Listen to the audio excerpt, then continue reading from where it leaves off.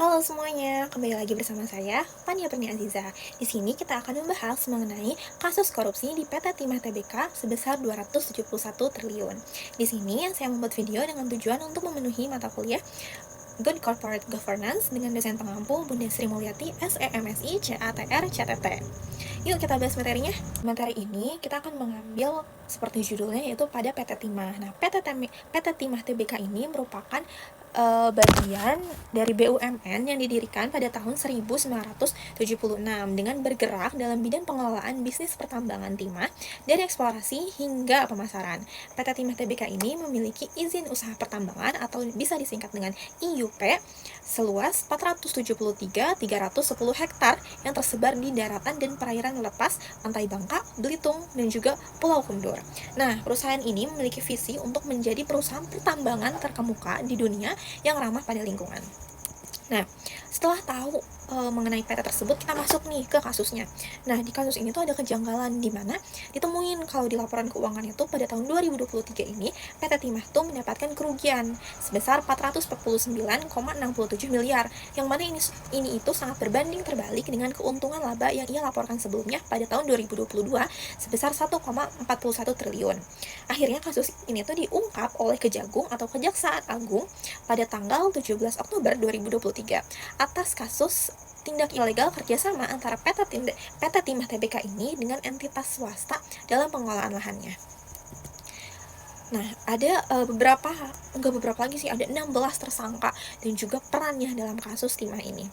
Nah, yang pertama itu ada Direktur Operasi Produksi PT Timah pada tahun 2017 sampai 2021 yaitu Alwin Akbar. Ada juga di sini Direktur keuangannya yaitu Emil, dan juga direktur utamanya yaitu Mokhtar Riza Pahlavi. Di mana ketiganya ini menyadari nih kalau ternyata pasokan timah yang mereka miliki tuh kok lebih dikit yang mereka dapatkan dibanding perusahaan smelter atau penghasil pengelola tambang ini di perusahaan swasta lainnya, kok mereka lebih dikit daripada perusahaan lain. Padahal wilayah yang IUP mereka ini kan luas banget ya, yang seperti tadi 400 sekian ribu.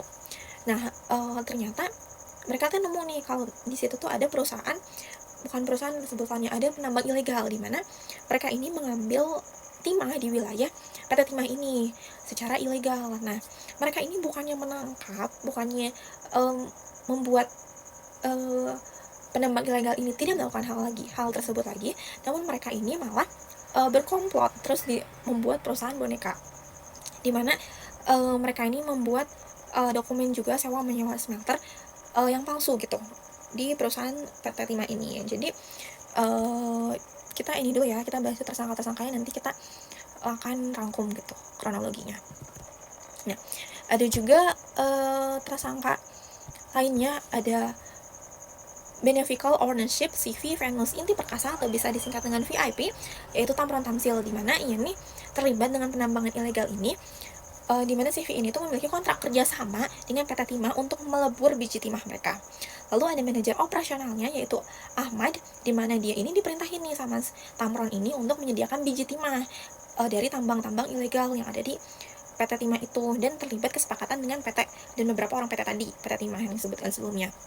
Ada juga di sini yang berkontribusi, ada adiknya Tamron yaitu Tony, terus ada direktur utamanya Hasan, mantan komisaris Wang Yung, ada juga dari PT lain yaitu direktur PT Sari Wuguna Bina Sentosa Robert Adidarto. Tidak sampai di situ, ada juga pihak lain yang terlibat seperti General Manager PT Timido Internusa yaitu Rosalina, di mana ini dia juga bekerja sama nih sama Mokhtar tadi dan juga Emil, di mana yaitu menandatangani kontrak kerjasama dan membuat perusahaan boneka. Nah, perusahaan boneka ini yang digunakan untuk mengakomodasi pengumpulan dari biji timah.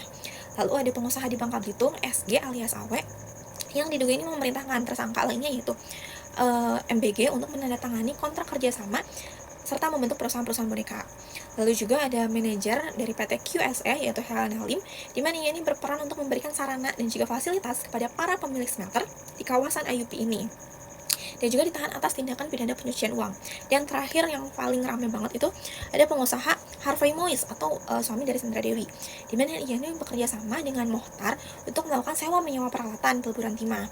Dan dia ini melobi nih beberapa perusahaan lain seperti PT SIP, PT FIP, PT SBS, PT TIN, dan agar mereka ini satu suara untuk menjalankan operasi ini. Jadi inti dari operasi ini atau kronologinya tuh dimana orang-orang dari PT Timah ini melakukan pembelian kepada penambang-tambang ilegal dengan harga 2 kali lipat. Nah, mereka melakukan kecurangan atau manipulasi di laporan keuangan, di mana pembayaran 2 kali lipat ini uh, yang mereka tuh bayar ke penambang ilegalnya tetap sama sebenarnya 1 kali lipat gitu, nggak di 2 kali lipatin, tetap harga normal, tapi mereka buat 2 kali lipat. Sisanya mereka masukin ke akun sewa menyewa smelter tadi. Nah, akun sewa menyewa smelter tadi ini akan mereka buat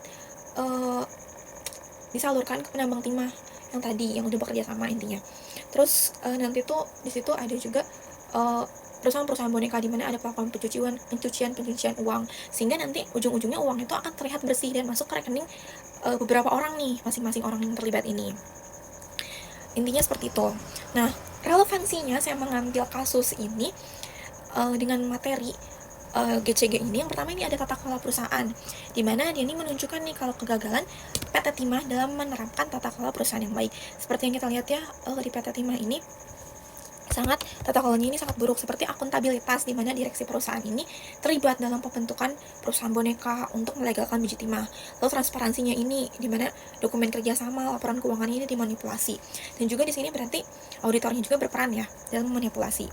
Lalu pengawasan internalnya pun maupun eksternalnya gagal nih mendeteksi kerjasama yang ilegal antara perusahaan smelter ini.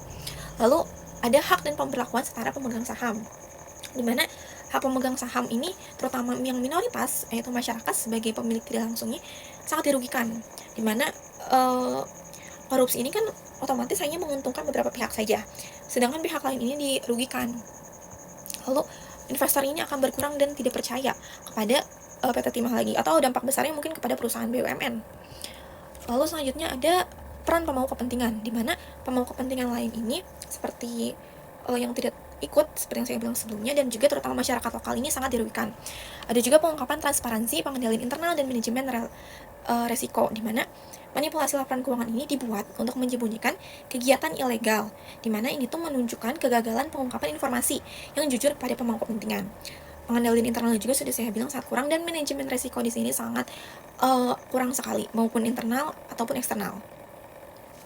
Nah, ada juga peran dan tanggung jawab auditor yang saya sebutin tadi, di mana auditor ini maupun internal ataupun eksternal ini gagal gitu mendeteksi manipulasi ini, atau mungkin malah tidak independen atau terlibat dalam kasus ini. Lalu ada prinsip dan tanggung jawab Dewan Direksi, di mana Dewan Direksi ini termasuk mantan direktur ini malah terlibat langsung gitu dalam membentuk perusahaan boneka dan manipulasi. Hal ini merupakan pelanggaran tanggung jawab yang besar ya, tidak sesuai dengan prinsip akuntabilitas dan juga integritas. Lalu ada kegagalan komisaris juga, di mana ia nih memiliki tanggung jawab harusnya ya untuk mengawasi kinerja direksi, namun tampaknya ia ini gagal melakukan hal itu dan gagal menjalankan fungsi pengawasannya. Lalu juga ada komite audit dan komite lainnya, di mana sebagai bagian penting dari tata kelola, komite audit ini harusnya tuh memiliki peran yang memastikan kepatuhan perusahaan ini. Komite lain juga seperti komite resiko ini kurang melakukan kinerjanya sebagai harusnya mengurangi resiko yang tersedia. Ada juga GCG nih di BUMN, terutama perusahaan ini kan perusahaan yang berada di bawah naungan BUMN. Nah, dia tuh harusnya bertanggung jawab untuk menerapkan GCG yang ketat, karena ini tuh akan mencerminkan sekali perusahaan-perusahaan BUMN lainnya. Kasus ini tuh menciptakan persepsi buruk gitu BUMN di mata masyarakat. Persaingan usahanya juga di sini menciptakan ketidakadilan gitu, di mana dia ini malah melakukan kinerja yang ilegal dan merusak persaingan usaha yang sehat. Lalu tanggung jawab sosial, budaya moral dan etika perusahaan ini, di mana dia ini gagal untuk memenuhi semua itu, dan dampaknya